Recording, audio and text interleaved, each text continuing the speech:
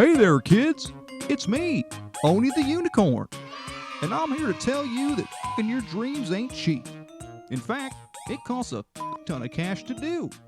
So that's why me and the Ohno radio show need your help. Just go to the website displayed below and hit us up with some cash, yo. $1, $5, $1 million if you have it to spare. Any amount is appreciated. Well, I gotta go because these dreams ain't gonna fuck themselves. See ya!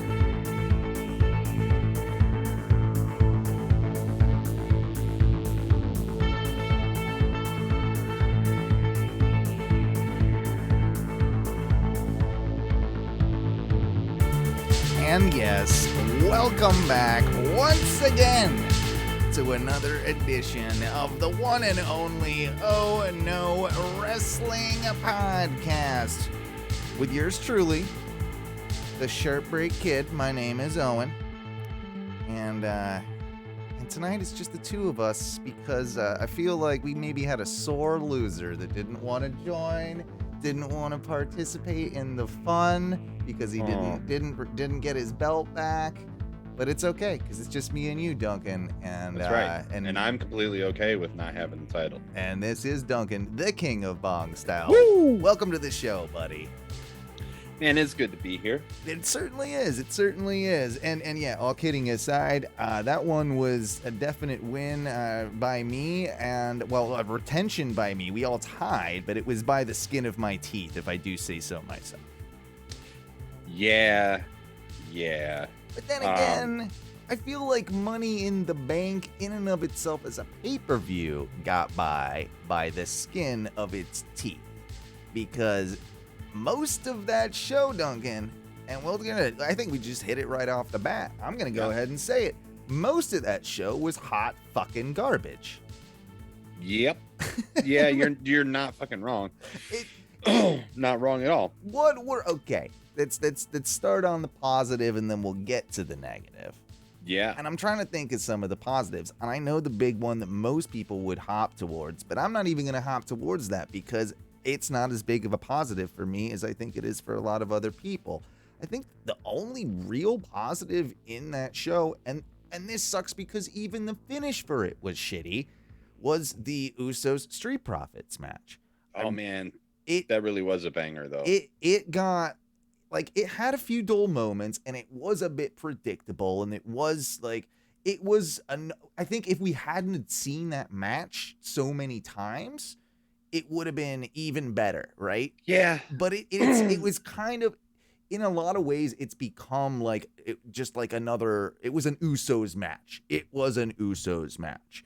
It was an Usos Street Profits match. It was. And they're always good. Not to take anything away from that, because an Usos Street Profits match is fucking great, right? Like that was a fantastic match. I think so. Have they acknowledged the fuckery of Tez's shoulder being up? They have, and it's part of storyline, and it will. God damn it! It will essentially inform the moving forward of a. Basically they're gonna do that. They're gonna run that match back, and they're gonna throw a stip on it this time, and something like will have to happen drastically, whether that's the titles changing or whether that's a team splitting up, like whatever it is, something drastic needs to happen for us to care about them doing that match again. I'm assuming they're doing that at SummerSlam. That would make the most sense. And on top of that, you know, like you do have this underlying thing where like there's a lot of talk of them wanting to push Tez, and then like Dawkins is getting pissed off on Twitter because, hey, I'm over here too. I'm pretty fucking good as well. I mean, he is. And you're about to see what I can do type thing. So like there is at least some intrigue storyline to keep me somewhat interested. But when that's the best part really of the show for me, then we've got a problem. Because Money in the Bank is supposed to be a bit like Mania, or a bit like more like Rumble, where you get that like, whoa, that rush of that debut, or that shock win, or like the career building moments, right? Yeah. Like that, oh my God, they're really gonna run with so and so. And I think I can probably speak for you, and probably a lot of the internet wrestling community and our Facebook group and our supporters, in that I don't think that any of us are really behind Theory. And it's not just because he's a heel, it's because I don't think that Theory is the guy. I don't think that Theory is gonna like there's a lot about Theory that I don't agree with.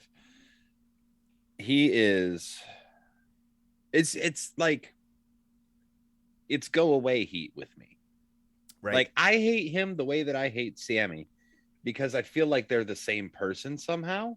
They are very similar. That's 100% the truth. I mean, one of them has a big dumb toothy smile, the other one sticks his tongue out all the time. They both have dumb goofy big smile. Well, yeah, but like it's really more Sammy's gimmick to stick his tongue out all the time. Like, let's be real. 14. It's almost the same gimmick. It's literally almost the same gimmick. We're cocky, good looking. To be fair, Theory, but Theory is just a knockoff Prince Pretty. Yeah, I mean, well, there's a whole faction that have stolen his gimmick at the moment. Oh my God. So maybe they just love that gimmick and didn't love what is it? What the hell was his name now? God damn it. Poor Tyler Breeze? Yeah, poor Tyler Breeze. I'm sorry, Tyler. I almost forgot your name. I mean, how could you forget the greatest thing to come out of WWE?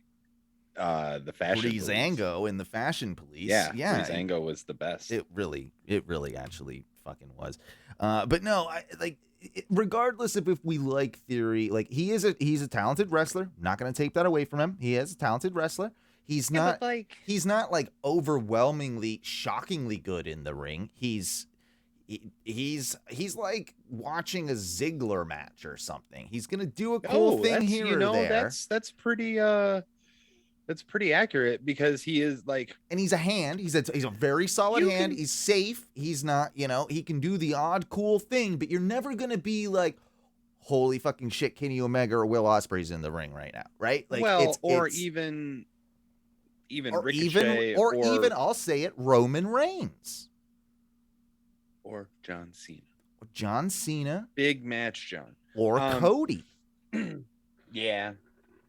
This is the thing. Like, when you look at WWE, they really have a lot of Seth Rollins. I refuse to say Seth freaking Rollins. I won't do it. It's fair. He probably should have won that Money in the Bank from a fan's perspective. I think they were ready for Seth to have that briefcase, and they are ready for Seth to turn face. It's taken so long for us to be okay with a Seth face run again, but I'm here for it. I was gonna say that, I mean, shit, I think that the Money in the Bank briefcase does better when it's on a heel. 99% of the time. So have it be on heel Seth, use that as a device to turn him face on Roman at that time. But it's going to be a drawn out thing, because he's going to be annoying he would have been annoying with the briefcase, and it would have been a lot of fun. And I think Theory is a heel with the briefcase, but it feels just so, I already put the evil into the universe. I'm going to continue to do so. he's gonna it's gonna be Brock and Roman at SummerSlam, and they're both gonna beat the fuck out of each other because it's a last man standing or falls kind of whatever the fuck stipulation they put on it. It's a last man standing, yeah. Last man standing, great. So that's perfect. They're gonna demolish each other. It's gonna be a car wreck at the end. And Theory comes in. Doesn't matter who wins, cashes in. Yeah, I think you're probably right. I think that there's a huge possibility of that. And I think that moving forward, if you do want to still turn Seth face, that's the guy that can take out Theory if Theory's got the belts, I guess, at that point.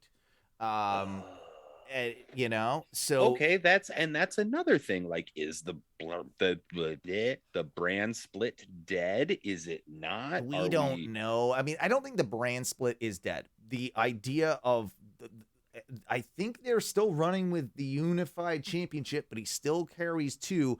It's going to have to play into that last man standing match where one somehow, some way or the other, at the end of the match, one of them has one of the belts.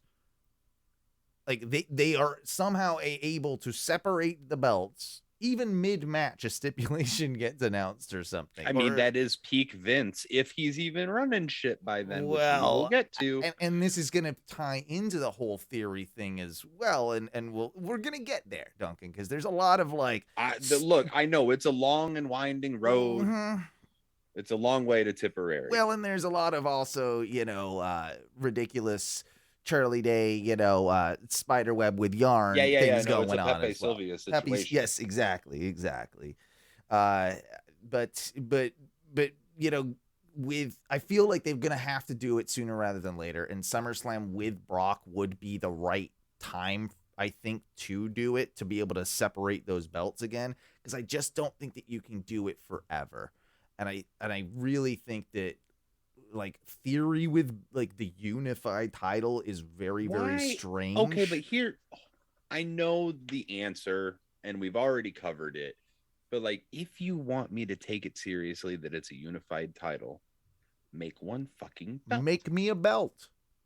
Tony Khan makes me a belt every 3 weeks. Why can't you make... Listen, I have... Behind this flag over here is a closet full of belts. And Tony Khan... Well, if you're a fan of AEW, we've said this before, you get a belt in the mail. You get belts. You get belts. Like, it's just a belt club. I don't know. Like, I still don't know. I still don't know how he found my... But there's a belt there every once in a while. Just another belt. It's because we've ordered from Pro Wrestling Tees. That's it. Or Shop AEW. If you've ordered from Shop AEW... He's like, I like your taste of that shirt that you got there, Like, he's like, oh, you ordered House of Black shirts out of spite. Yes, sir, I did. Yes, and you that's did. Why I have a closet full of belts. That's probably why you got more than me. Look, you could even bring back the fucking black strap, right? Like, just the... You could. Just to make it easy if you really want it. Yeah. Because you're boring as shit with your belt designs now. I'm fine with that, though, too. I don't mind one being just... I don't mind it. Like, it's kind of... It's easy. I will say that I think that Theory having the briefcase is like, they think it's going to be like what Seth could have done with it. Annoying, heelish, prickish behavior with the briefcase. And he's going to be, going to do some shit and he's going to be okay. He's going to be okay. He's not going to hold it for that long. But he's going to have to do a lot for me. He's going to have to do a lot for me to ever be convinced that he's a top guy. I just don't see it yet. I want to be proven wrong. I just figured it out. You don't have to see it yet because it's not going to happen. No. Here's where it is. Going back on your original theory? No, I'm not. I am adding to my original theory. I'm willing to bet titles on this shit.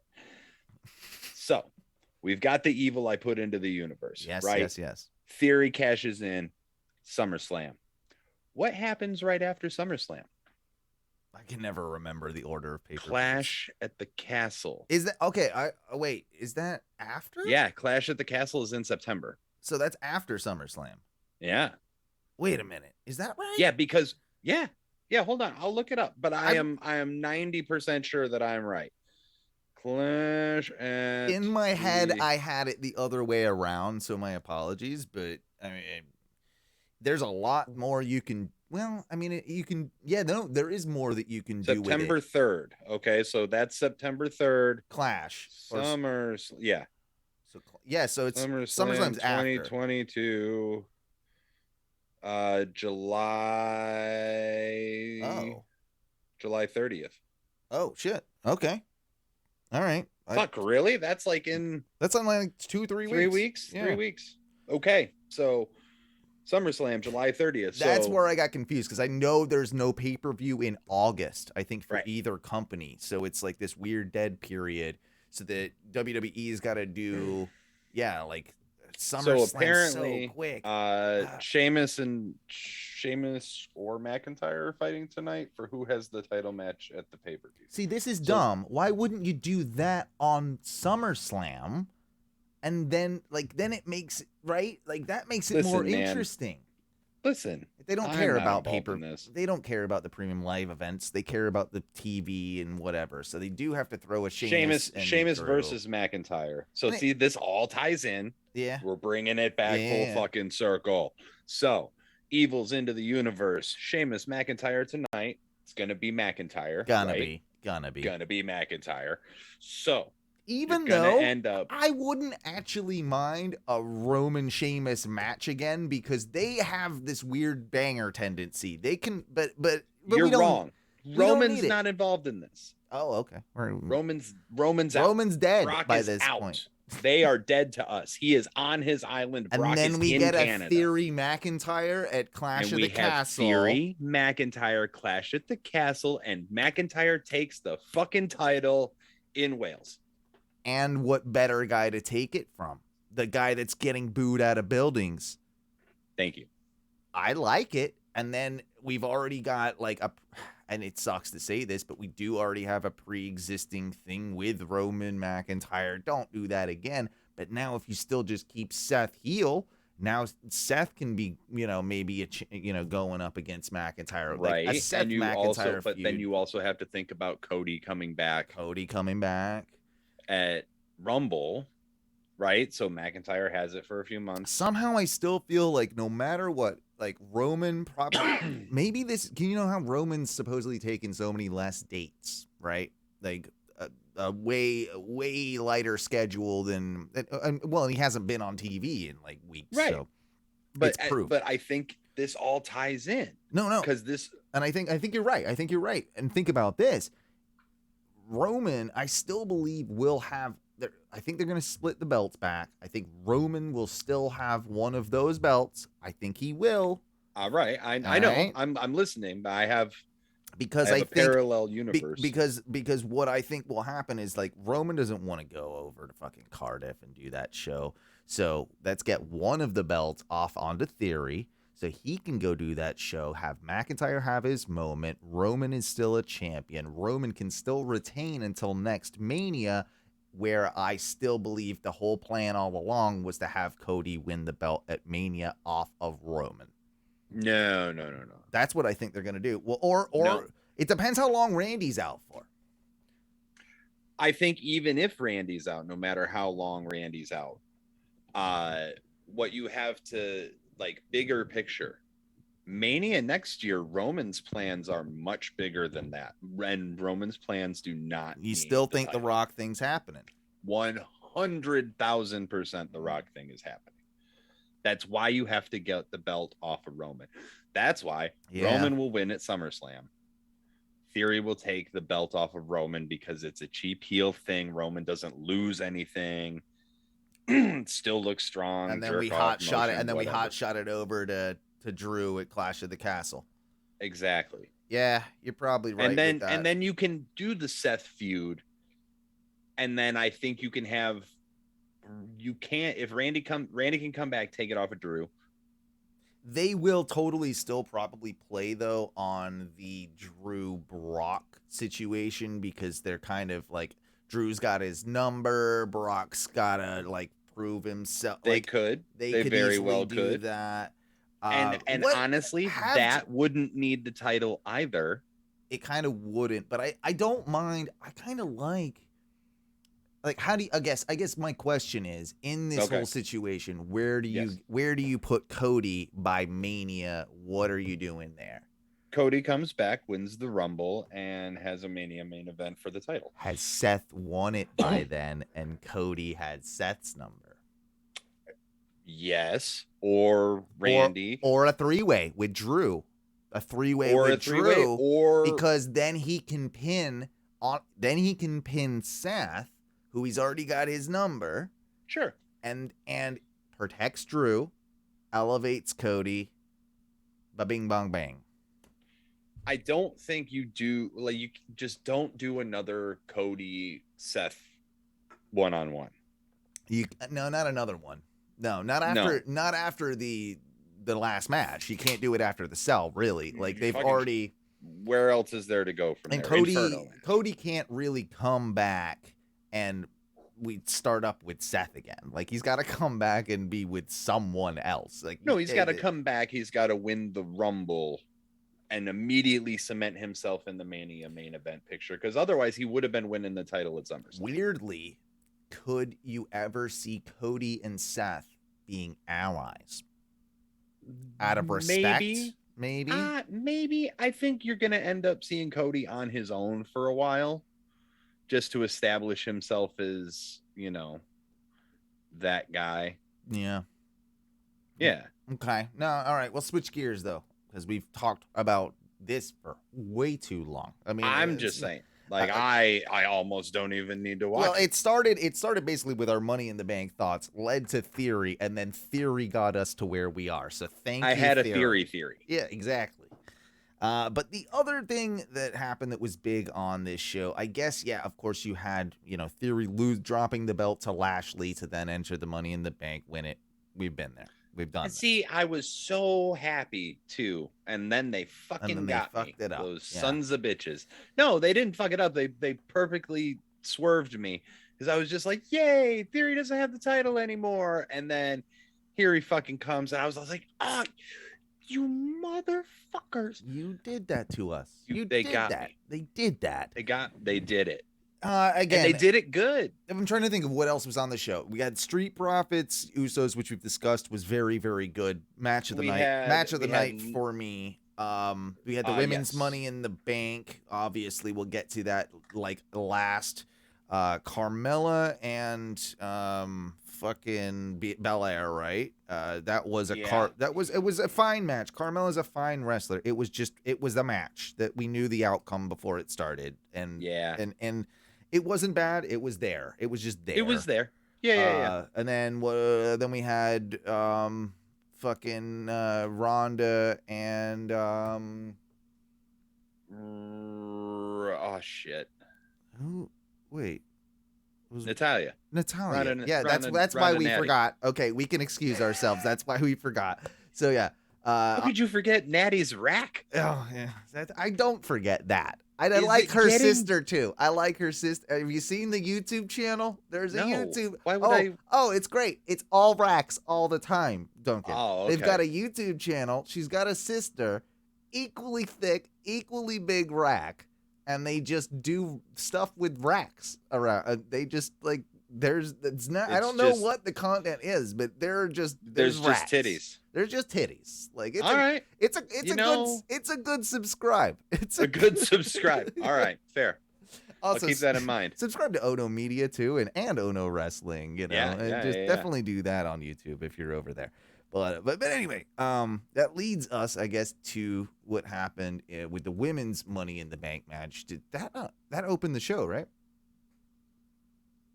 Sure did. Women's Money in the Bank. Yeah, it did, because I was on I don't remember. This was a clunky match, Duncan. It had some real impressive spots, but it had some like I've heard this said. I'm gonna reuse a take I've heard, and I think it is true, but they need to start gimmicking the ladders more for the women. They're too heavy in a lot of cases. They can't maneuver them in the way that they expect in their minds that they want to be able to maneuver. Right. There were a couple of things in that match that looked kind of dangerous, that were on the borderline. Shotzi has been very heavily criticized for her performance in that match. Yeah, so to the point that she deleted her Twitter. Yeah, and she says it wasn't for that, but even if she's been having a shit year. And that's, yes, she has been having a shit year. She's been having a shit go. I have nothing but respect for Shotzi. Yeah. I can't highly praise her wrestling performance in this match. No, but like also at the same people time, have bad nights though too. People. But I think full stop, the thing that needs to be addressed is that the bullying of talent has got to stop. No, that has to stop. That's ridiculous. Like it's just like you like we're allowed to say I didn't like this wrestler on this show on this podcast. That's fine. You're allowed to say that on your Twitter. Say whatever you want. But when you're directing like you fucking suck, you should quit wrestling at a person's DMs and Twitters and stuff. Yeah, shit like that. Touch fucking grass, as they say. She even acknowledged, she was just like, well, can't wait for that to end up on Botchamania. Yeah. Like Shotzi has a very good sense of humor about everything. Yeah. So the unnecessary vitriol is just like, why? Because the wrestling fans are fucking toxic.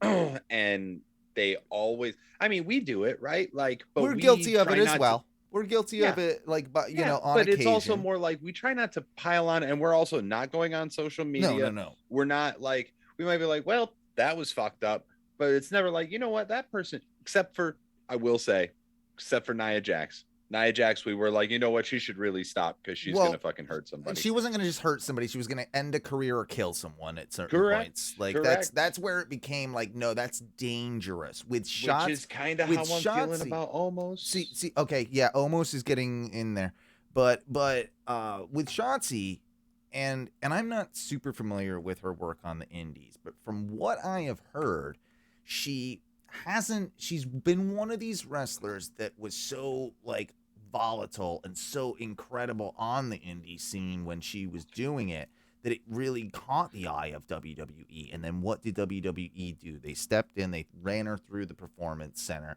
and they wouldn't let her do any of the shit that she did on the indies. Exactly. So I think she might have lost a little bit of her confidence, a little bit of her her style, her performance. Same thing's happening with Gigi. Yeah, things happen with certain wrestlers that just aren't going to adapt to that WWE style exactly how they want them to. And granted, is it probably safer? Yeah, it probably is. But is like what someone feels comfortable with sometimes safer, right? Than the forced movement of something, right? Yeah. And I don't know, there was something a lot off in all of those women. And this is not just a shot at Shotzi. I didn't feel that the match was particularly good. It didn't have a great story. And I'm going to be the one to say this because a lot of people won't. I am very underwhelmed with the Liv story. I think Liv's moment was last year. It was, yeah, I don't. They have been dragging this out for forever, right? Like, Liv is the little engine that could. She's not that good. I'm going to go ahead and say it. She's not that good, both in the ring. She's spunky, damn it. And her promos suck. Like, her promos are just not believable. Spunky, damn it. I know, and she cries, and she's so good at the cries. She cries a lot. She's like that's like her, her thing is watch me live. It's watch me cry. Watch me cry. And then, I mean, that blue tongue, I mean, I don't think she does that anymore. No, she doesn't. But I was like, that's been a few years. Yeah, it has, but I still remember it. And I remember it, I mean, how could you not? How could you not? Made me think of things. It's from blowing Enzo because he's a Smurf. That's I thought it was the blue blazer, Duncan. Sir. That's no. Little respect, please. Yeah, right. Anyway, I don't see her. I don't see her as a threat to any of the other women that are still left. And this is where I'm like, I'm confused. Like, if she's gonna have a rematch with Ronda, is Ronda gonna? Ronda has to destroy her. That's what you would think, right? It has to be like almost a squash match. Yeah, because you can't just have Ronda be like, no, like I'm gonna really, lose to really in a real contest, lose to Liv Morgan. You're gonna have or even have Ronda win against Liv, but have Liv really put up that much of a fight that we care. Like, no. I don't think you Liv can. I don't think sort of like level of physicality. I don't think you can make that believable. I don't think you can. I don't know how how do you do this? I feel like this was a mercy, like we're gonna give her her moment. We're gonna give her the moment. We're gonna give the fans the moment that love her, and it's gonna pop the internet community, get people talking for a little bit, and then we're gonna put it right back on Ronda. And then it's gonna piss off the internet community. Yeah. All right. Because fuck them. Listen, pal. Let's get into it. Oh my god. Perfect segue. I mean, look, Matthew's not here, so yeah, someone's got to do it. Somebody's got to fucking do it. But yeah, so Vince McMahon updates, and the reason I said fuck him because it's apparently what he said. We all remember, what was it, like 3 weeks ago when the first allegations came out. We know at this point, we don't have to hammer down your throat what the allegations are, but the first allegations at least, and apparently when he came back through that curtain, he was reported to just literally have said, fuck him. And there's, this was after right after the original Wall Street Journal story broke. And today we had a second story break. It might have been yesterday. I can't remember at this point, but yes. No, I think it was this. It was this morning. It was this morning. And so the long and the short of it is that Vince McMahon, to our knowledge, has paid $12 million to 4 women, 4 or 5, might be 5, can't remember. 4 or 5 women that it's basically hush money for very dirty deeds, shall we say, that have occurred, including, of course, oral sex and possibly other things. And he's paid them quite a substantial amount of hush money. There are apparently Vince McMahon nudes floating around out there. Yeah, man. And yes, I will be looking for those. I know you will. I want to see. I gotta see it. I gotta see. You gotta see the $1 billion grapefruits. The genetic jackhammer, man. Oh I gotta see it. You sort of want to. You do. You don't. You do. But it's I don't. You do. I do not. You do. You're lying. I do not. No. You're lying. I do not, sir. I do not want to see this. I can tell you're lying. Like it, Sam. You're getting red. I don't want to, but I will. I don't want to, but I will. Yeah. This is not the point. The point is not that I want to, because I don't. Let's make this clear. I don't. But it doesn't matter, because somebody will just fucking be like, hey, look, boom, Vince dick. Yeah. Yeah, it's a handful of people that I know. You've got no chance in hell of not seeing that dick. Of not seeing Vince's dick. Yeah. So no, I mean it's a. But at least it'll be as tan as the rest of him. I don't want to get into all of the additional allegations. They are pretty nasty, but I think the ramifications are interesting to speculate on. Well, the ramifications, yes, but also let's talk about the fact that it was that there's former WWE stars. I think we're talking, from what I was reading on that one, it would have been 06 to 08 is I think what they were projecting. So it is a while ago. Yeah, but not that changes anything, but God, dude, any number of right. Is it? GH was a couple of initials that were thrown Glory around. Hole? GH. Yeah, Glory Hole. Could be. Or GHB even, you know? Like maybe. Gary Hart. No, that's a... The best quote I heard from this whole thing is, when you think about it, Vince McMahon paid about 5 times as much to have sex as he did for WCW.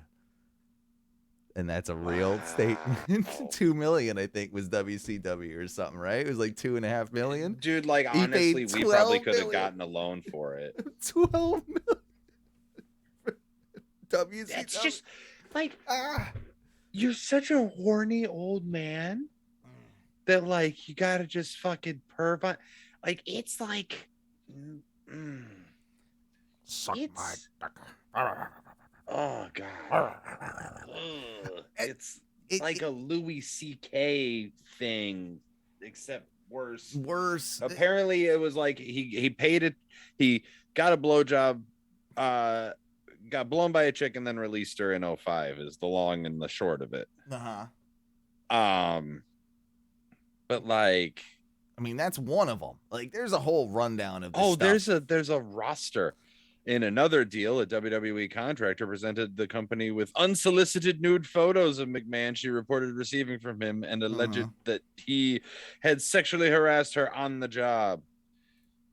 Fuck. What a guy. What a guy. I mean, it's not... I just want to say, Vince can pay me $1 million to sexually harass me. I will let it happen. I need that payday, son. I mean, a cool mill. I mean, I'll take it from Vinnie Mac. We got to do this under the table, though. I'm not paying taxes on that shit. No. Or he's paying taxes on it, and so it's like coming out to at least $1 million. It's in the mill in the account when it's all said and done. Like, yeah. That's how you do. But it brings up a lot of issues, right? And it brings up a lot of questions. I even, like, it just in the wrestling world and stuff that we have already talked about, does this almost put theories push in question? The fact that, like, this thing happened, like Money in the Bank happened right before this whole thing broke. Like, do you think that it'll put theory? No, not really. I think the only way it puts theories push in jeopardy is if the board forces him out. And even if the board forces him out, like, I don't think, what are they going to do? Are they going to... Well, I just think about it from the sensibility put a McMahon ban? Well, if for instance, they really do, like, the board kind of does push him out and they have to kind of do it for the sake of the company. Yes, he I mean, it's hard to do because he still holds some weird controlling stake. Like, he owns a certain amount of stock that's like it's one thing, but he owns like a controlling stake, which puts him in like this other category, which is way higher. Like, so he has it's very hard for them to ever oust him. But if the stock prices, I mean, you speak with your money, right? And like, that's what a lot of people do. So if those prices like absolutely tank, and maybe ratings are going down because people don't want to see the guy that's been so heavily associated with Vince McMahon all this time, maybe there is some sort of like, maybe like, if I was Theory, I'd be thinking about that for damn sure. Like, I'm so close to probably reaching my career goal as to getting to that top level, and like, I piggybacked on I got the Vince McMahon rub, and maybe that Vince McMahon rub can now hinder me moving forward. Is that even possible? I don't know. I think Theory's getting paid pretty fucking well regardless. It's not always about just that, though, is it? I mean, you're... Well, no, but like, honestly, he knows he's only getting pushed because he's pretty. It's not because of skill. Right? Like, because he's far from the most talented wrestler on the roster. He's far from the worst. He is far from the worst, but he's also like... With the people that they've released, like the roster is kind of dire for people that can actually, like, take that, like, upper mid-card spot. It's pretty dire. It's only dire because they don't give anybody a chance to be legitimate. Well, That's the only reason. It's like, most of it. That's a lot of it. They have been suffering from a couple of huge injuries as well. I mean, Cody and Randy at the same time is but Cody big. was going straight to the main. Yeah.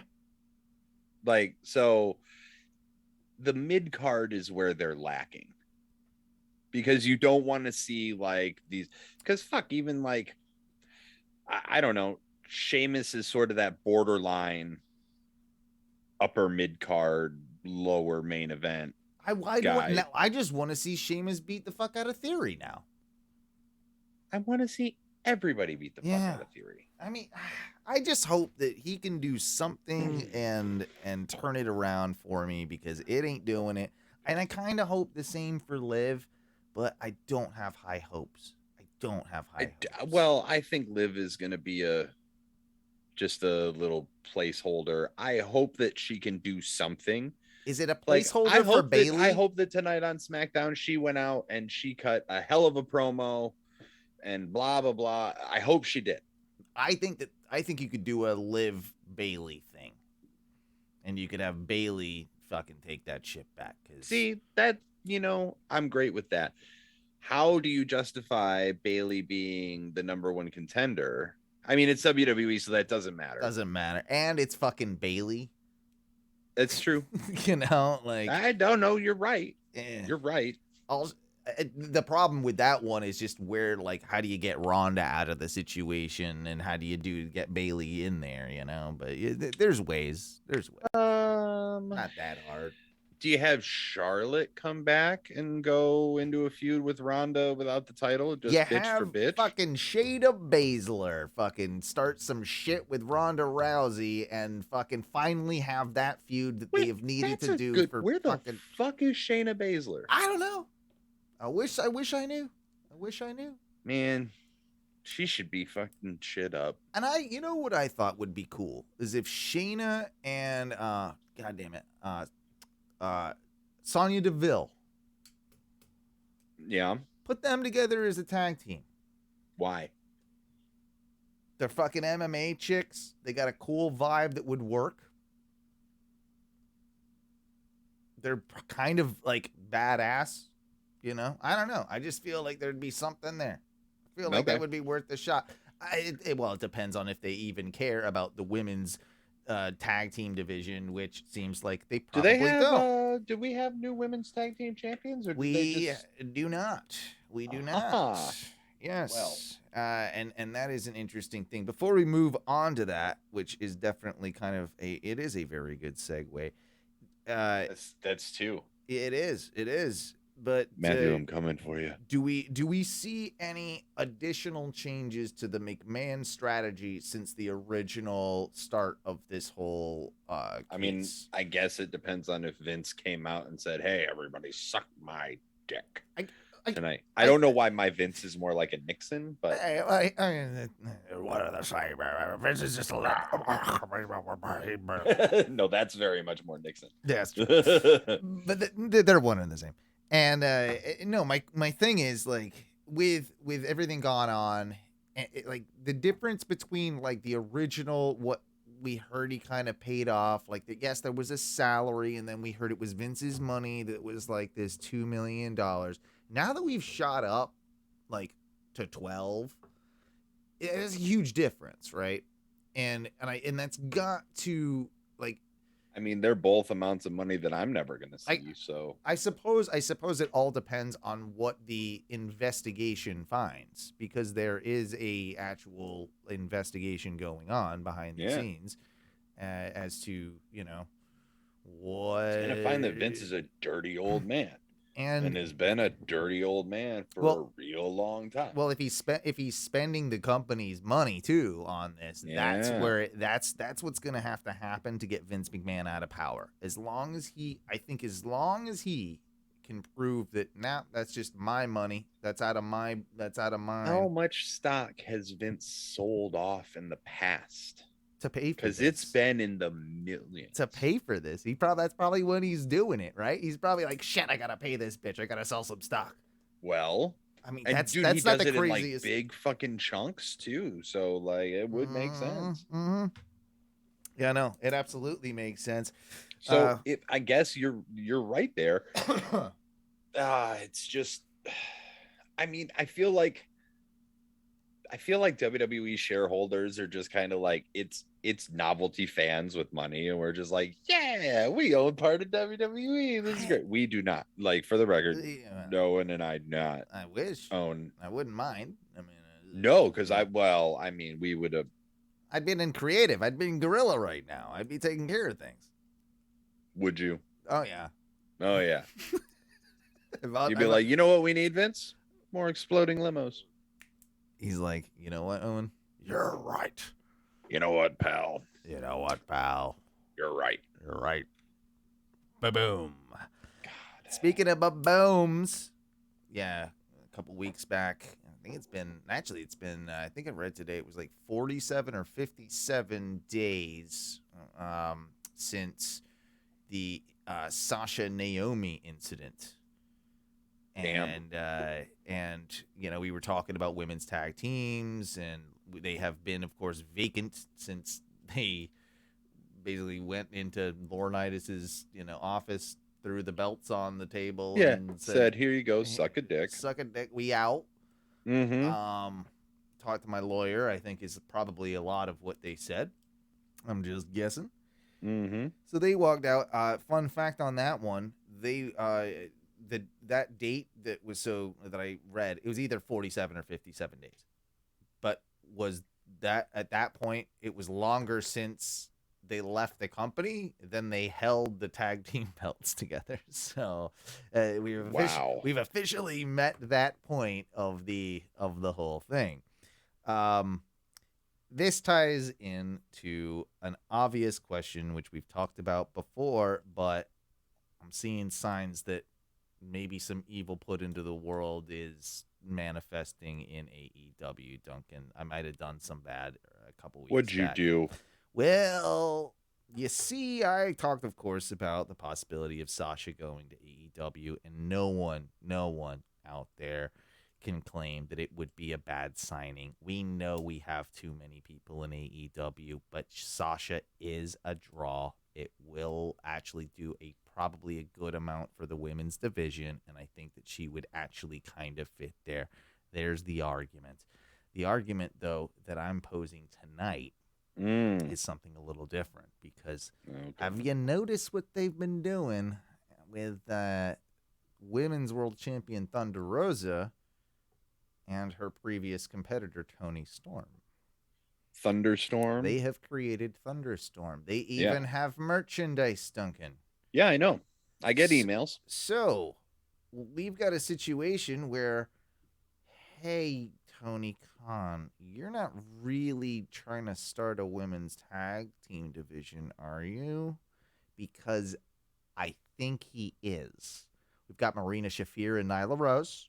They just had a tag match with said Thunderstorm this past week. And there's a lot of combinations that he's probably going to start throwing in there. He loves tag team wrestling. It would make a lot of sense. And what is the hottest free agent tag team that you could possibly do with history with women's tag team titles? You sign Naomi, you sign fucking Mercedes or Sasha, and you do it. And now they're happy, and now it's a fuck you to WWE. So as much as I don't want new talent, as much as I don't want new belts, I feel like you kind of just got to do it if they're in. Man, it would be such a fuck you to WWE too. And let's not forget the connection that Sasha has with FTR. Oh yeah. They are thick as thieves, you know. And hear me out too. Remember the connection she has with Sammy Guevara. A very nasty connection. Oh, yeah. When he was basically talking jokingly about wanting to rape Sasha Banks on a podcast one time. Yeah. I was like, I know I hate Sammy for more reasons. Back when he was a sex pest, remember? And he had to, like Tony Khan made him take, his sensitivity training or whatever. That was all because of the Sasha comments. So, built-in feud with now Tay Conti. Yeah, not wrong. And then they don't need to be, dude. You're right.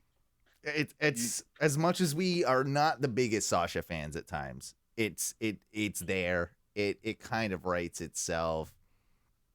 And I mean, I think what a great opponent for, I mean, Ember Moon and her have done great stuff together before. Yeah. So Athena, right? Athena.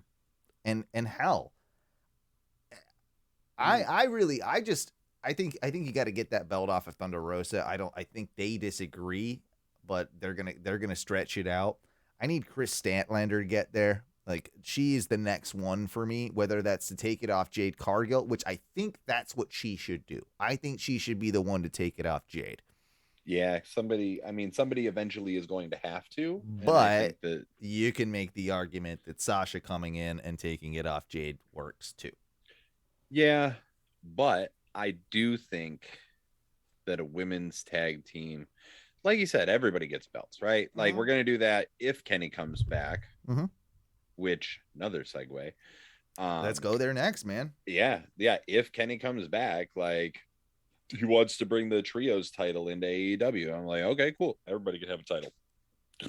Fucking great. Excuse me. It's interesting that we've had so many, like, the trios titles have been long rumored. They were rumored, I think, before AEW hit 2 years, and we still haven't seen them. And I think that they were probably one of those things they were going to do, and then they're like, nah, let's wait a little bit. And then now they're probably, I feel like they're made. I've heard stories that, like, there's a title out there. Like, it's just, they're not ready to, do it. And fair enough. You do that shit when it's right, when it has impact. Yes. But that being said, we've seen so many of these other titles kind of pop up, what have you. You were just hinting though on Kenny Omega, and Kenny is a tough one to decipher at the moment, is he not? He's saying some stuff definitely in interviews where he's like, yeah, if this next round of rehab goes bad or it doesn't go well, like, he's not saying he's done with wrestling, but what he's saying is, I'm done with this rehab.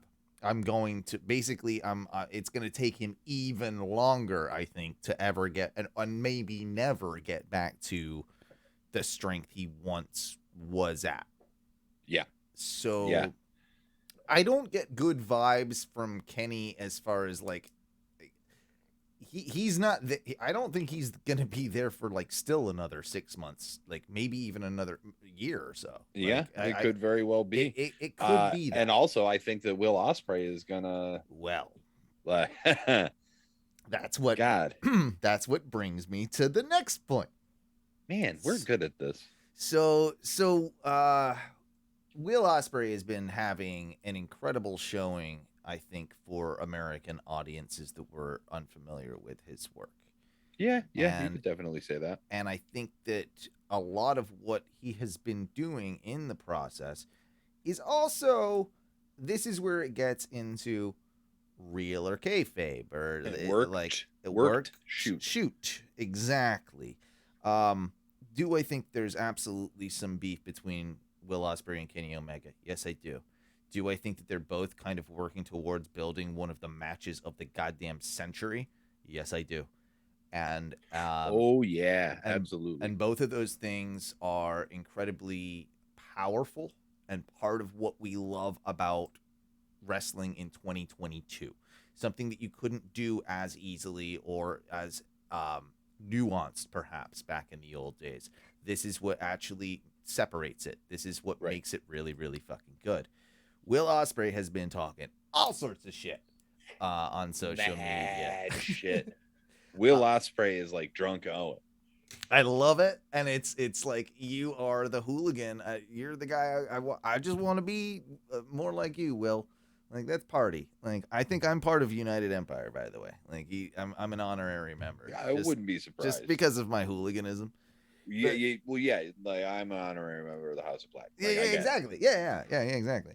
I mean, if you've not seen also some of the clips. Wait, hold on. Who's Matthew an honorary member of? Ooh, part of the Hart Foundation, Canada. Yeah, but like I'm thinking AEW stable. Oh, like modern. Yeah, modern. Ooh, Current AEW stable. I have to think about that. Let me think about that one. All right, think about that. We'll come back to it. He's a bit of a sports entertainer.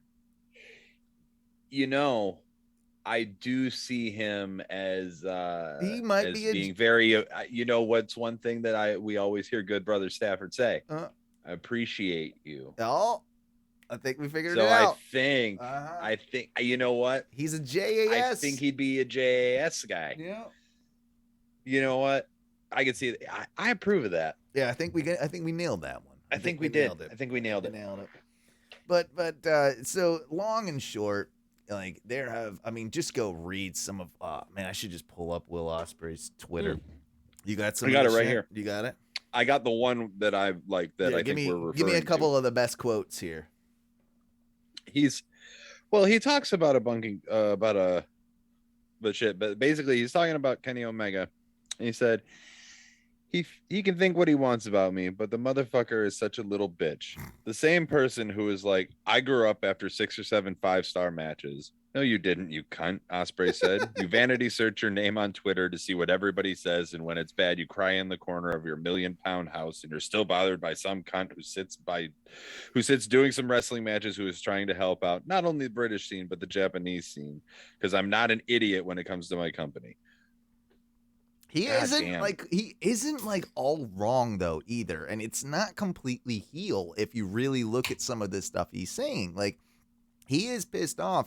Apparently, a lot of this stems from when he had his last match in Japan. Kenny had his last match in Japan, in New Japan. I forget who it was against, but he was dead set that he wanted Ibushi in his corner. Well, Ospreay had a match with Ibushi earlier in the night and brained him. Brained the fuck out of him. Fucking hidden bladed his head off. He talks about that too. He says, what did he say? Is Kenny's last match, and I guess he wanted Ibushi out there. I fucking blew Ibushi's brain out with the hidden blade. He's super fucking mad at me. He's like, I don't want to brain somebody, but it's. But then he goes on to say that he's like, Ibushi wasn't mad. Ibushi's like, they've had drinks after the fact. Yeah. They've got, they've eaten dinner. Yeah, they're not like buddies, but like they're cool enough. Like it's like so. And basically, and he calls out Kenny saying like, he's like, you have my number, you can call me, we can talk. Yeah. And he's just like, if we were in the same room, I would slap him.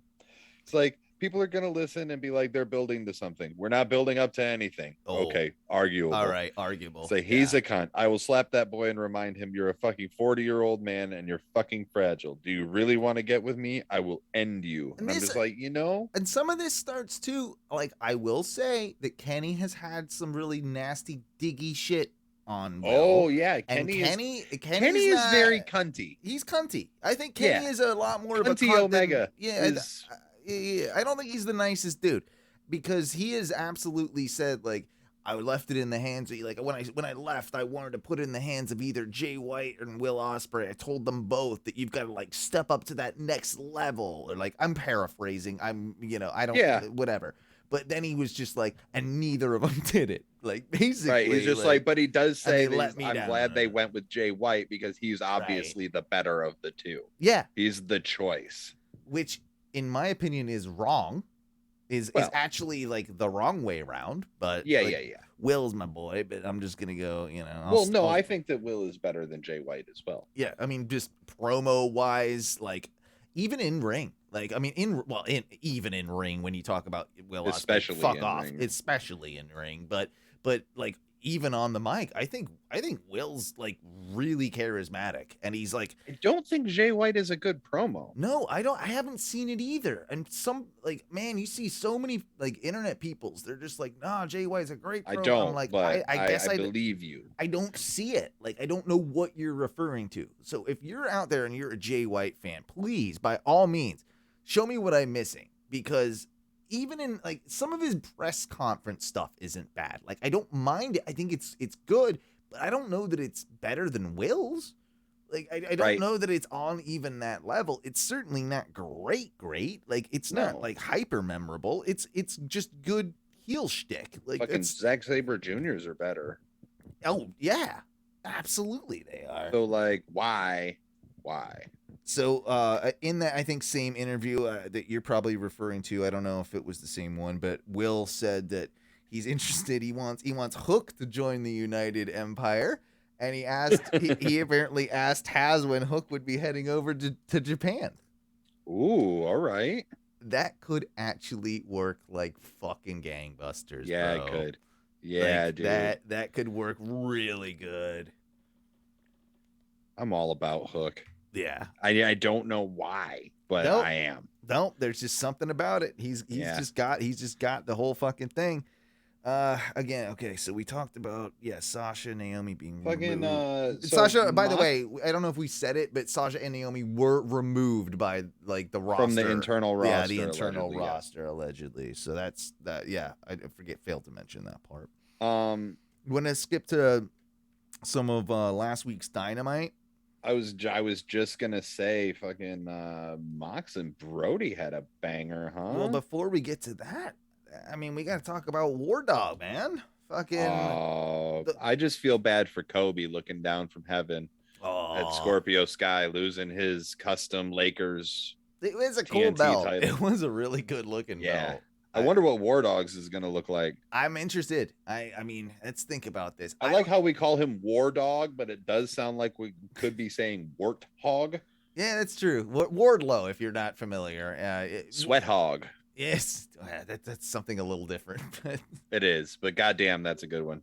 yeah, it's such a good one.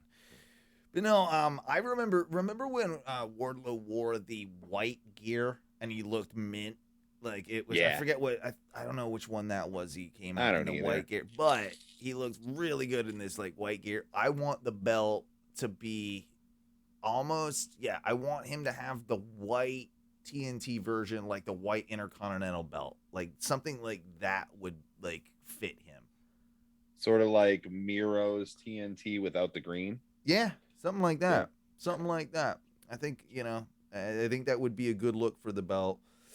I was happy for him. They had me guessing because of course of all of the stuff going on with American Top Team. Like I'm like, they're gonna screw him, but they made the right call. Yeah. That senton he's got, dude. It's honestly, it should probably just be the setup for the finish to do it, like or the power bomb symphony is the setup for the senton, and that's just the finish, like because it looks spectacular. Like they almost are downplaying how great that fucking move is. Yeah, I think what they need to do is he needs to dial that back, and that needs to be like his basically like super specialty. Yeah. Yeah. You bust that out in tough matches to like really put somebody away. It's going to be a tough one with him because like he's going to have a pretty lengthy reign to keep him strong. Yep. I struggle, and that was one of the big questions. I think he can go through, of course, a few opponents in the next, say, 2 months. That's fine. Maybe month and a half, right? Like he can go through a gamut of mid-carders, and they can find enough Dante Martins or whoever to throw at Wardlow and Wardlow win. But eventually he needs like another very big, meaningful feud, much like he's had his whole career here, right? Like, no, 100%. So what is it? How do you do it? And who, like, even if they're not the guy to take it off Wardlow, who's the guy to step up to Wardlow? I feel like, in my mind, and you don't do it immediately, because there's going to be him with a Malachi Black situation.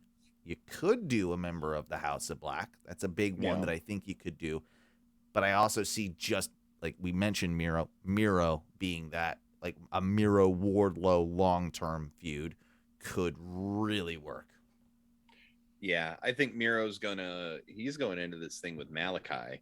That's what I'm saying. Like it's tough, right? Because you already got him going into that. But otherwise, if it's not like, because those would be my two guys. I mean, I guess you could throw like maybe do the Andrade thing, but that's. I also like that Andrade is rumoring another member of the the Ingobernables. Yeah, I think that's someone figured it out. I can't remember who it was. I wasn't familiar with whoever it was because it was either a Japanese or a Mexican wrestler. Okay. That or someone that's probably worked in both, both countries. I wonder if And it was it Dragon was- Lee. I think that's exactly who what it was. Yes, yeah, it was something to do with a purple suit too. Like I was reading that. And honestly, would be, in my opinion, I don't know if he's injured or not, but Naito. Oh, see, that would be amazing. Like Because he Naito was bitching. was originally like the whole reason that there is a Los Ingobernables de Japón is because Naito went to Mexico and wrestled there and was a member of Los Ingobernables and brought it back to Japan. And he's also been very vocal about how mad he's been about not being included in Forbidden Door. So what a great way to bring that in. That would be like we've fantastic. seen him in a purple suit how many times? That's true. That's very true.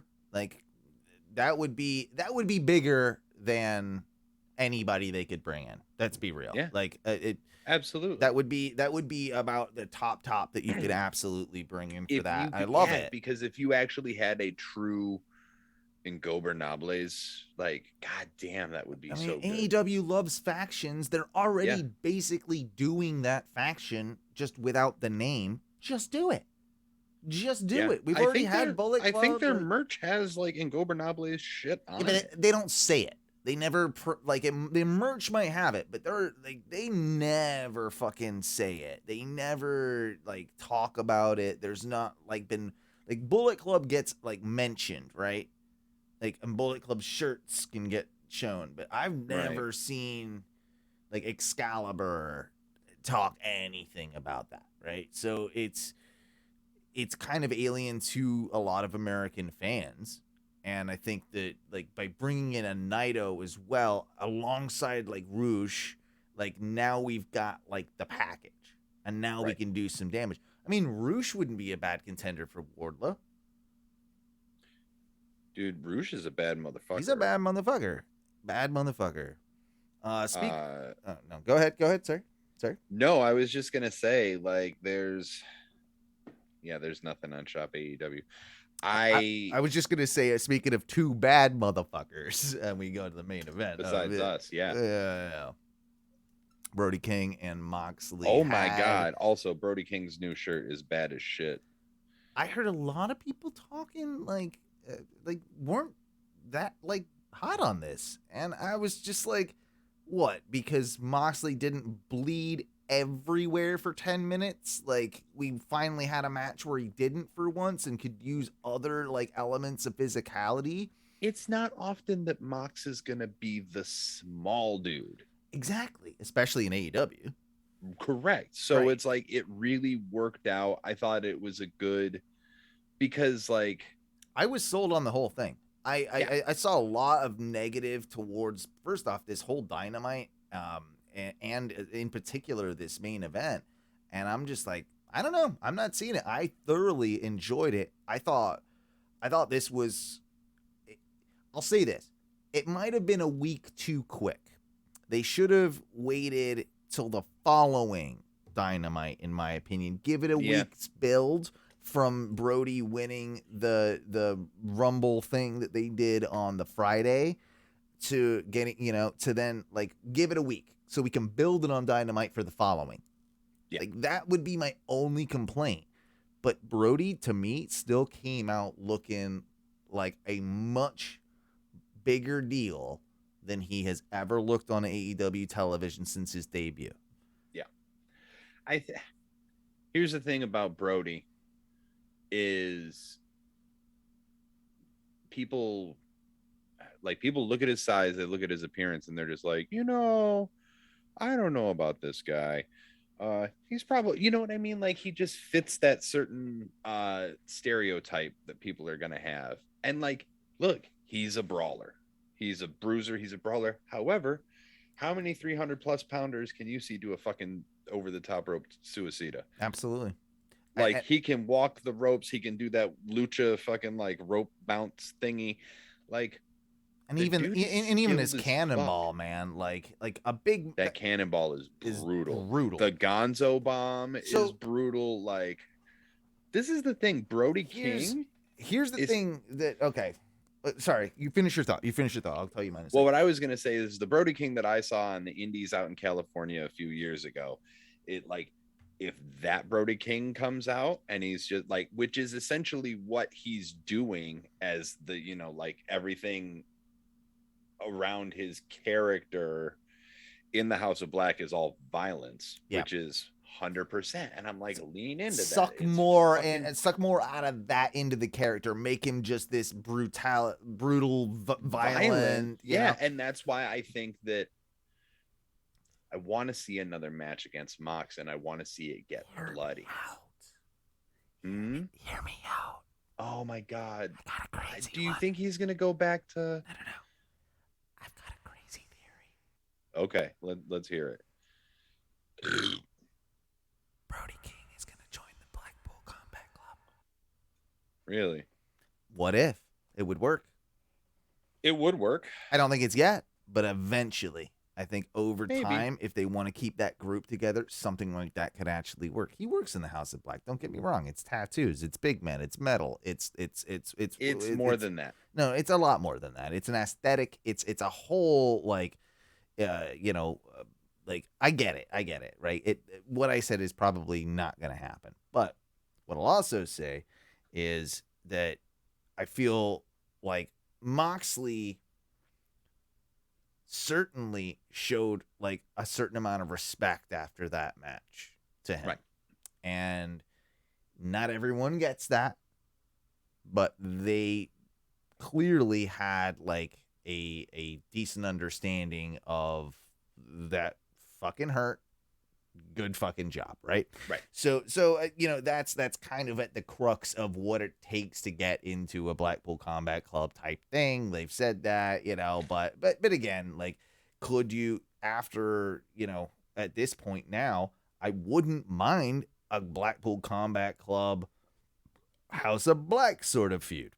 Like that can work. Yeah, it definitely can. And honestly, I can see that in several ways because of you've got the Brody connection with Mox already. But what if somehow this leads to Malachi taking that title? I mean, that would be a great decision to have him have the interim, because it like, yeah, should he have the top? We all want that, but that's not going to happen right now. No, But he can take the interim and then he can lose it to Punk. and then he can lose it to Punk. Like, but that is a great way to do that. Like, that's a great way to. And it's get a great him way to up showcase somebody new for a minute. 100%. Because like I love Mox and I think he's doing a great job in the role that he's in, but like come on now. And you can make stars out of all of the House of Black in the process if you do it right. Yes. That's one of the most important things. That's the biggest thing is like use it as a moment to make new stars. I do like the whole I'm interested to see where they go with the Miro thing. Right? Like, yeah. Especially bringing the poison mist into it is just like, okay, well, like we've now got precedent for that to be a thing. And Miro in the House of Black for some reason intrigues me. I kind of want that. I don't not want it. After thing. a Malachi feud, I kind of want the Redeemer to turn, right? Like the Redeemer like loses his faith. Dude, I kind of love the idea of the Redeemer of the House of Black. Like he redeems the you. dark Redeemer. The Dark Redeemer. That's pretty fucking dope. That's metal. That's metal as fuck. Yeah, I like it. Speaking of things though that are kind of dark and kind of metal as fuck. Nah, a little sad actually. Aww. Sounds like Santana and Ortiz are like dunzos. Like they are not good bros. Oh, there's been more. Yeah. Ortiz is taking all the bookings on the indies. Santana's taken none of them. Santana just keeps counting down. I think the days to his contract is up. Doesn't seem like they've been getting along. A lot of evidence has been going around for this for quite a while. If you watch back, like I think even someone pointed out about like 6 months ago, when they come out together, like they never even like they don't high five, they don't touch. They're just like it's no nothing anymore. They're dead to each other. Like there's something happened. Man, that's a bummer. That's the rumor anyway. I don't know any of that to be true. Yeah, and it's, whatever. I don't really give a shit because it's not my business. It's not our business, but it does suck because I think we both felt that Proud and Powerful were the team that like they should have won it like 3 champions ago, 3 tag team championships ago. Like I wonder if that's part of it. Mm-hmm. I wonder if there was animosity because one of them really wanted to be in AEW and the other one was just like, man, I don't know. And then they sort of got like lost in the shuffle and they didn't get the opportunity to really show, like they showed that they were a great tag team. I think from what I've heard, I think that Santana has a lot more of singles aspirations than Ortiz did. And Santana might want to go do some stuff, prove himself on the indies as a singles star, and fairness to him if that's the case. Yeah, absolute fairness. But what do you do with first off, I love Ortiz, like, and I do too. Also hilarious, now like I'm like I still have to do the double take because I don't have the hair, right? Like like after the whole Chris Jericho head shaving match thing, but I think they're probably gonna be teaming. Like it seems like it. And why not? Because of the connection. Fucking put Kingston and Ortiz together as a team. Yeah. And they can win the belts. Like, they can believably at some point win those belts. Yeah. And they definitely can. I don't mind that. Because it's still kind of like, it's like LAX winning the belt to a lot of people as well. So it kind of fits into that world, and again, like I really wish the best for Santana if he does leave AEW. I think it's a shame because again, like I love Santana Ortiz, like one of my favorite teams. But dude, they again, such a good tag team, and the things that they were capable of, and the things that I've seen. I forgot how I had seen them not only at Bar Wrestling against the Lucha Brothers, which you want to talk about a banger of a fucking match. Imagine. Holy shit. Imagine, yeah.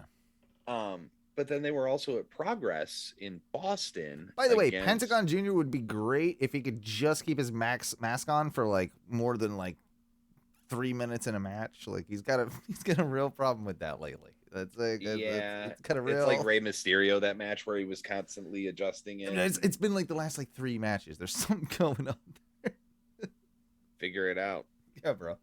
Sorry. But no, I want to say it was Proud and Powerful versus Mustache Mountain. Oh shit. Yeah.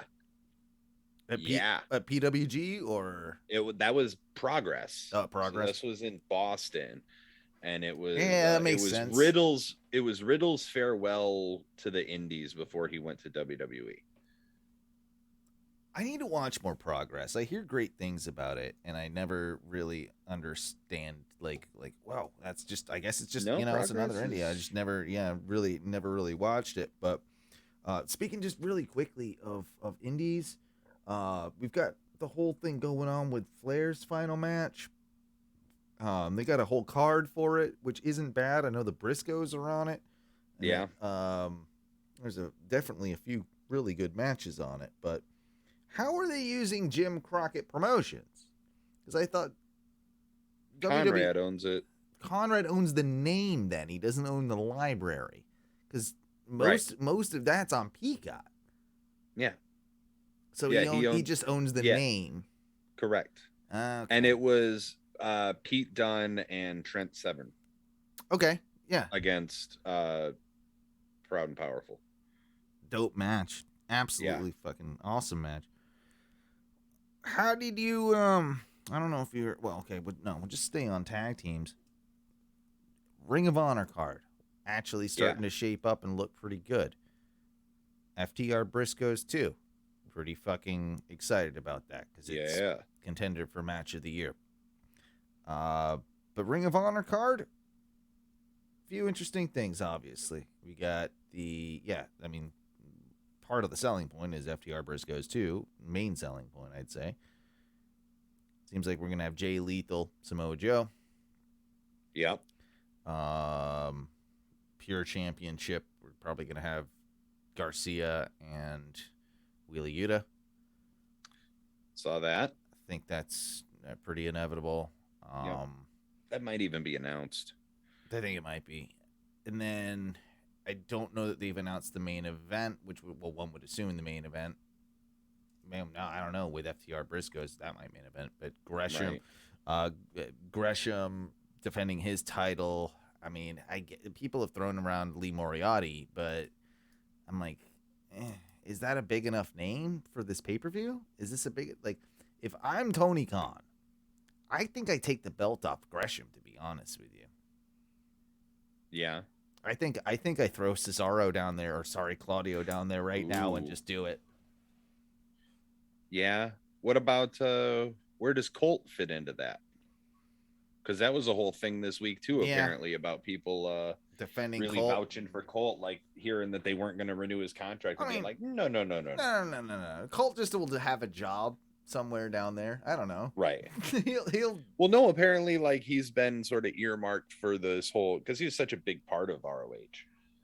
Right, like former ROH champion. Well, have Lethal take it off. Champion. Have Lethal take it off Joe, and have Colt take it off Lethal. For the television, I would love that. Yeah. I don't mind that. Yeah. He's not gonna. I don't think he's gonna win the pure, right? Like that's not a good fit for him. And I don't know if you want him as your top guy. Right. So that kind of the television fits him. But no, I think part of the original plan, according to Tony Khan, was Claudio was earmarked for Ring of Honor. So I think there was already plans to strap him up with the top belt in there. Okay. So I would not be surprised if things. I mean, what would you rather watch, Duncan? What's a better pay-per-view headlining event? Lee Moriarty and Jonathan Gresham, or Jonathan Gresham and Claudio Castagnoli? That's a no-brainer. It's a no-brainer. It's Claudio, and it will sell way more than so I think they're gonna do that. But we'll do a couple last things here before we get into our fluff piece for the end of the show. We got to get into the dirty nitty-gritty and kind of the grossness here for a second, unfortunately. So the grossness? What are you putting on me? Okay. Are you familiar with Jordan Grayce from Impact Wrestling? The current I have seen Thick Mama Pump. Yeah. Also on the Indies. Also at Progress. I'm a Jordan Grayce fan. So she is mouthy. She put her. She kicked the hornet's nest. She did something today that was a little dumb. Or a couple days ago. Yesterday. Yeah, it's a couple days, whatever it was. She did something in the past week. This tweet that she threw out here, it's just a dumb take. And everybody took it all wrong as well. So I just wanted to kind of clarify, like, what I think she meant, what also is important about it, and also to, just kind of let's think about this for 2 seconds. We'll start with her actual tweet. Her tweet is, "This is going to be the coldest take ever I ever tweet on this app. I already know y'all going to be mad." Then she says, "I don't think Benoit could 100% hang with most of the present day best wrestlers. He would not be able to remember matches. Also, may he burn in hell. Amen." So, I mean, one, she's not wrong about the burning in hell part. That part is where she's 100% right. And fuck Chris Benoit. What a complete piece of shit. What a selfish fucking asshole. You didn't have to do that, bro. Yeah, CTE doesn't mean you have to murder your family. No, kill yourself, not your family. At very, Right. just do that, and Seems more logical. anyway, her point though is wrong, because while I would never ever endorse Chris Benoit being in the Wrestling Hall of Fame or WWE Hall of Fame or any Hall of Fame or any acknowledgement that you want to give him as an award, because of his personal life actions, I will say that had those actions not happened, he would already be in all of them. Well, I think not only that, but he would also. All right, so Benoit is an asterisk on the history of wrestling. Yes. Right? Like, it's forever going to be one of those. It's just like, this is the conversation about the best technical wrestlers in the world, except Chris Benoit. Right. Because we can't, we can't include him in the conversation. No, not anymore. Not anymore. We have to pretend that this did not happen. Unfortunately, fortunately, in a lot of cases, watching his matches were incredible, and it did happen. And he is, to say he was not that he could not hang with the best of the best today is about as false as it gets, because I think I agree with that. 100%. that's absolutely bullshit.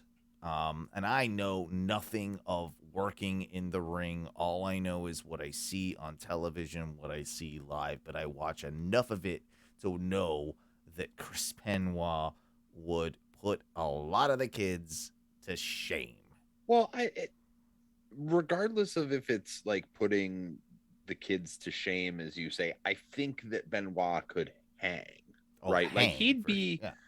Because you can't, like, I'm not going to say Benoit in his prime versus the people in their prime now, right? Like, it would be Benoit, whatever age he would be, which is fucking old, right? Like, I don't think it's just, like, even Benoit in his 30s. I don't think that's what she's saying, though. I think she's saying, I know what she's saying. At his prime, he couldn't hang with the people at their prime today.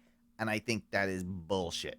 I think that's false. I think that, like, he'd be every bit as on the level. He'd have a 5-star match with Danielson. Kenny. He'd have a 5-star match with Bryan Danielson. Yeah, I mean, the list would be endless. But Zack Sabre Jr. Correct. Like, yes, there would be a ton of people that he would have ridiculously good matches with. But you're never gonna. You can't have that conversation anymore. No. And why? I don't know. It's an odd thing to just bring up too. Like, what are you doing here? Unnecessary. What are you doing here? Like, I mean, well, what? Now, Jordan does do sort of like shit to get people. I mean, she's getting people talking about her, right? Yeah, like, we are right now, so it worked, right? Yeah. So you can't even really knock it that much. Yeah. You want to hear? This is going to start off as a thing that you're going to hate, but by the end of my fantasy booking, you're going to love. Okay. I have. Are we sure about this? Well, I'm just gonna roll the dice, Duncan. I'm gonna try. We're gonna give it the old try. Exactly. So the thing you're gonna hate, of course, is that Logan Paul has come back. He has signed a multi-year contract with the WWE. Yeah. We all know that this is a smart move on their part. Like as much as we don't like him, he's a draw, and he was fucking. No, it's smart, and he was fucking really good in that match, and he had actually great heat, right? Yeah. Problem is, what was that match, by the way? He tagged with The Miz. Yes, against the Mysterios. Yes, that's exactly right. So this time around, though, I know you've probably heard these reports that he is adamant that he wants to be a babyface. Like, he does not, I guess, for his brand and all this sort of stuff. Like, he's got to be a babyface when he comes back to the WWE. Sure. I think this is part of a work as well. So we've got a program that we're moving into for SummerSlam where we have Logan Paul, Miz and Logan Paul are already at it, but the Miz just got a new buddy in of one Tommaso Ciampa. No. Oh yeah, we can't say the first. No, part. Tommaso. We can't do that. Does not have. The Don't first shout name at me, anymore. Vince. Don't shout. Don't shout. Listen, pal. You know the deal about the first You names. know it's a one name operation. That's what we do. I'm Vince. It's four names or one name. Stone Cold Steve Austin. Yeah. Undertaker. One or the other. You What gotta about the? The doesn't count. I don't believe that the is a word.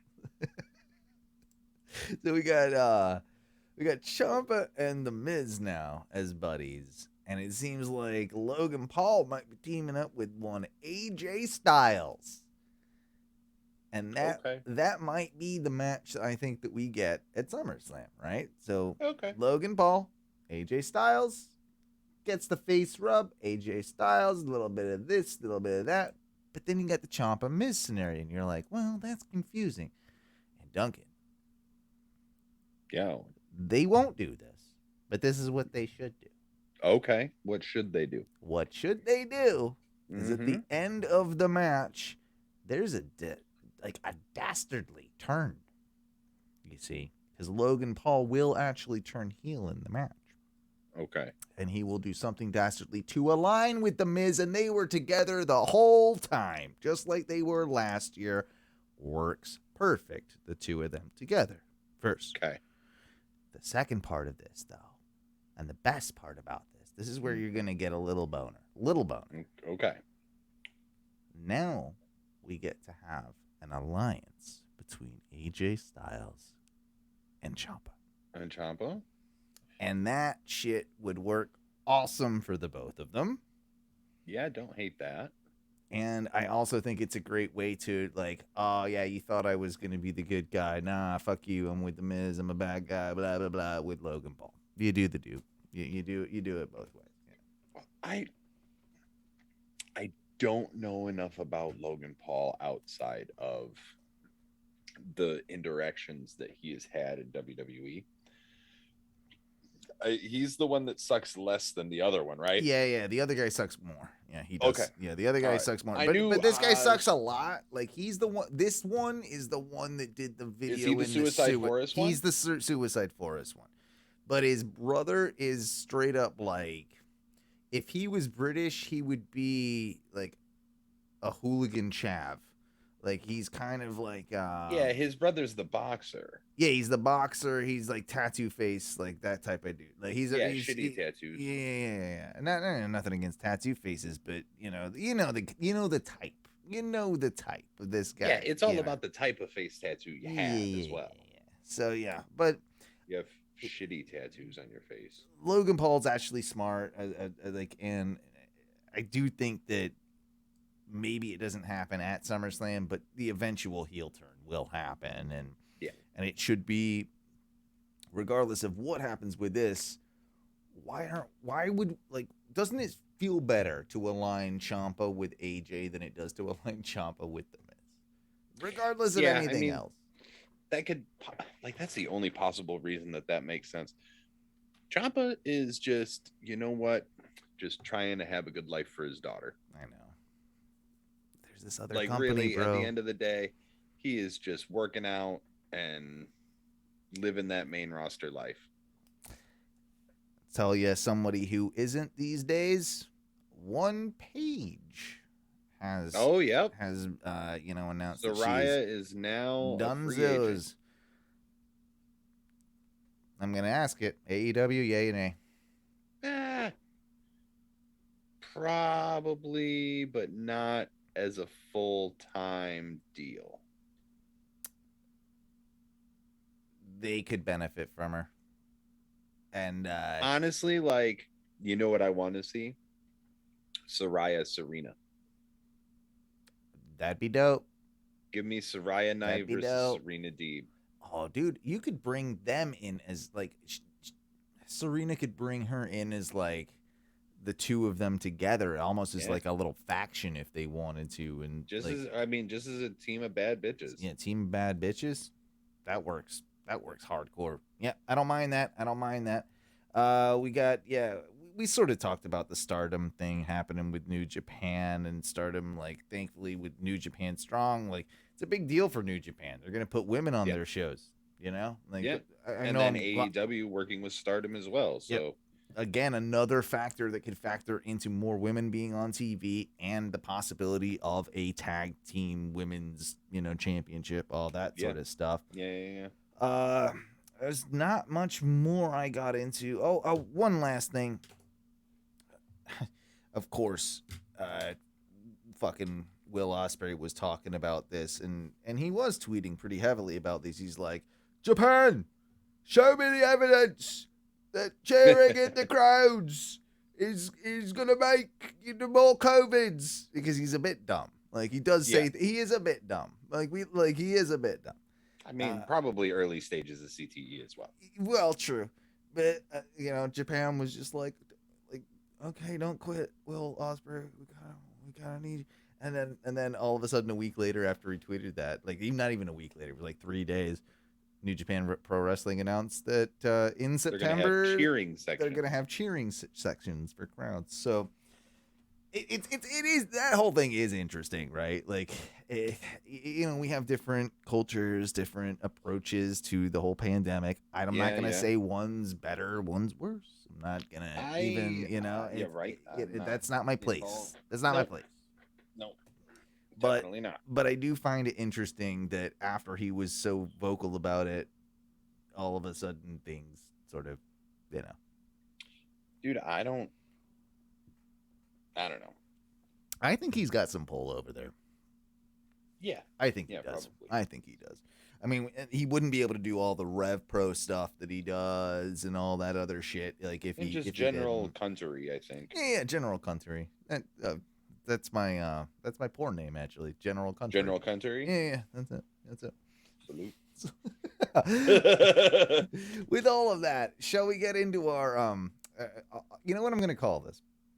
Our pick me up moment of the week. Pick me ups. Back when I was a child, Duncan, my mom used to like her Mix 105.1 radio station on the way to work, and she would drop me off at school, and every morning they would have the pick me up song of the day, and there were about about 20 songs that they just rotated through. the same 20 songs. These are the only songs that will make you feel good. Yeah, only ones. Most of the time, it was a hot take on me. It was a lot of. I have a hot take. Real Big Fish does a better version of that. That is a great version, actually. I love that song. But you know what I mean. Like, so my mom's all happy. She's dancing in the car. Always made me happy as well. Okay. Mom's happy and all that. So I'm gonna start doing this. We're gonna start doing the pick me up wrestling moment of the week. Okay. And I got one this week from I know we're both big fans. I've got to do a lot of adjustment here so that you can see it and we can. Okay. And the Twitch is all good, so just bear with me here. 1 second. There we go. So today was the NHL draft, right?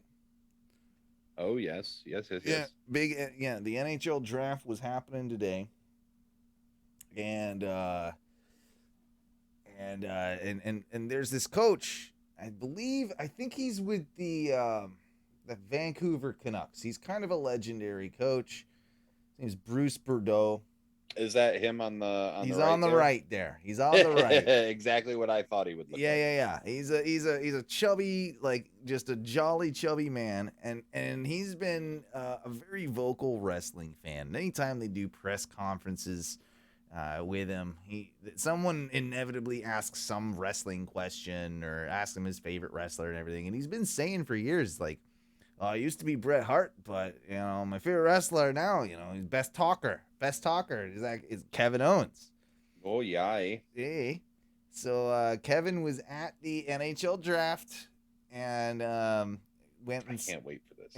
And surprised. So here we go. Move forward for you as the year went on and really developed was Vasily Podkolzin, who was a first-round pick at the draft a couple of years back. Give me your thoughts on his development over the time that you had him. Well, I mean, the one thing about young guys is they can be inconsistent, you know, and it was no fault of his own. Pods is the hardest worker you're going to find, but being young, he was inconsistent on a team that wasn't doing a lot of scoring, so he'd get frustrated with himself because it's a totally different role than he's ever been in. Oh, it but sure is as there, the bud. season got on, and First off, he's a likable guy, right? Like he's he's a very likable guy. I'm just trying to keep us from getting copyright dinged. Oh yeah, you're right. he started playing a lot better at the end. He ended up with 14 goals. I got to believe. Sure. Oh my God! There he is, wearing a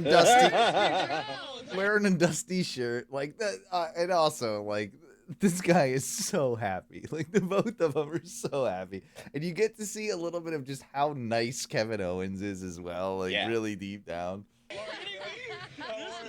Surprise for you. Yeah. How's it going, guys? Hi, thank you. Hi. This would make your How's it going, Bruce? day. Good to see you, man. It's great to see you. Yeah. I was sitting in a box up there, and I figured I'd come down and say hi. I'm all red. Oh, that's I'm all I right. did love how the Bruce Boudreau's favorite wrestler. well, Bruce, Is that what it said? That's good. it said Bruce Boudreau's favorite wrestler, which that's is a hell of a highlight. When are you coming factual. You know, a couple weeks, I think. Yeah, I'm feeling all right. I'll be there soon. You can still talk. You're the best. He's getting more tattoo work done. Yeah, it's up to them. But July 30th, He's getting SummerSlam's coming on his up. left hand. He's got some stuff going down on. Yeah, his you're hand. right. I didn't notice that. He's gotten and taking some time. I get my sleeve worked on, whatever. He actually looks good. He does. He looks slender. He does. All right, Oh, sorry. that's awesome. I know you That's gotta really be in it. awesome. Yeah, I got you. I'll do my best. Push a little more. I'm telling you, I'm going to phone Vince if you don't get the title shot that you deserve. I'm right there for I you. appreciate that. Pull some I strings. want to be the new Lou Albano to you. Hey, man, you're He wants to be his Lou Albano. I love it. That's fantastic. immediately, no doubt.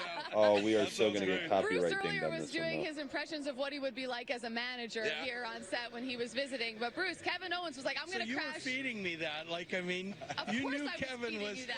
Yeah, we've been scheming. It's so cute, Of though. course I It's- was. It's so cute, and yeah, like we probably will get dinged, but it's worth playing. It's like, look, sometime. it looks like a skull and crossed hockey sticks. Oh yeah, exactly. No, at certain point, he asks. I forget what he does. He asks him. If he'll let him be his manager, and he's just like, absolutely, you're automatically hired. So no, I don't know, just a cool moment, and he asks him if he can take like.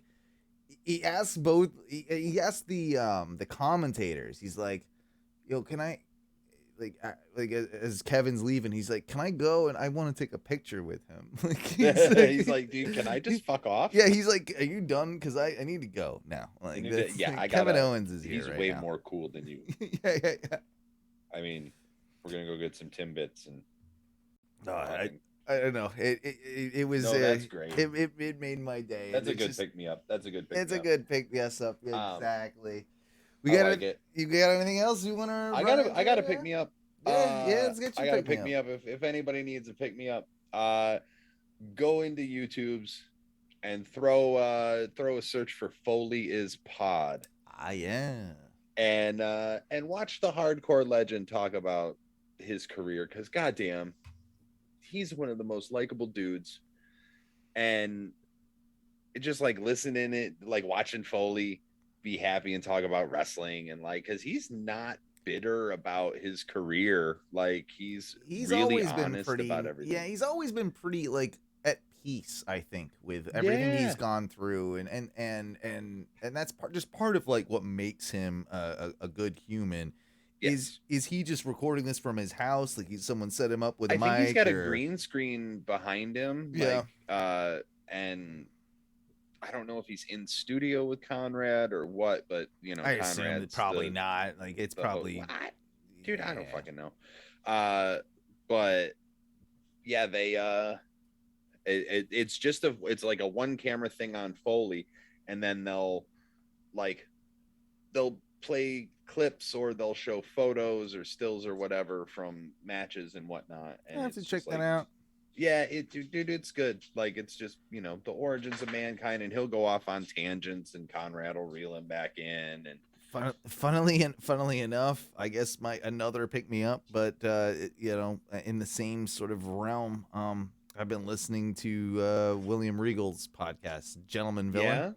Yeah. It's too long for its own good because Regal gets on like 10 tangents at once and bounces around just like from tree to tree. But when you catch the nuggets of like amazingness, they are amazing. Like the Dazzler. It's actually a really solid show, and I can't knock it. Like it can get a little laborious maybe at times. Sure. I'm not the biggest fan of the other guy, the co-host or whatever, but I don't admire his position because that job and keeping Regal on track is must be pretty hard. So but he's such a fun listen, and he's always just like, gentleman is the word. Is the word. Absolutely. So yeah, did you catch? Was it on Forbidden Door, or it might have been on Blood and Guts? I think it was on Blood and Guts. He called Taz. I think he called him it's that maniac over there. He said something about him being a maniac, like the Tasmaniac. Tasmaniac. Like yeah. I forget what exactly the wording he used, but like as he addresses, you know, like he addresses JR, and he always says "Man in the Mask" for, you know, like Excalibur. But like his thing now he's come up with is he's the maniac over there. and he's always like on his podcast, he's always giving his like old British sexist jokes, and it makes me laugh. It makes me laugh. That being said, Duggan, I think it's time we roll out of here, huh? Good idea. Hopefully this sounded okay to you guys. I've been working on the studio, doing a little upgrade and dialing things in, so it'll only get better if this show was maybe sounding a little different. But don't you worry about it. We'll get it together because that's what we do over at Ohno Media. Speaking of Ohno Media, check out ohnomedia.com. Find us on Facebook. Find us on YouTube. We're Ohno Media on YouTube, but we do have, of course, a lot of Facebook content for Ohno Wrestling. Find that over there, Ohno Wrestling, the YouTubes, the Facebooks. We got both of them. We got the Discord. Yeah, we got a Discord for especially, okay, so we're going to be doing that, the Discord from this day and age. We're going to be doing, for all of our live pay-per-views. It's a great way for us to chat, to keep up. Also, different channels in there for when we're not doing a pay-per-view, like just in general. Bullshit in any category you can want. Yeah, we'll go ahead and I'll get that link, and I'll make sure to basically pin that at the top of our Facebook channel. Of course, if you are listening on the the podcast, make sure to find us on Twitch, twitch.tv/ONRS Live. That's Ohno Radio Show, that ONRS. That's the other show we do, but you can find that on your own accord, OhnoRadioShow.com. Duncan, I think that's enough. What do we do when we get out of here? We say a little bit of woo!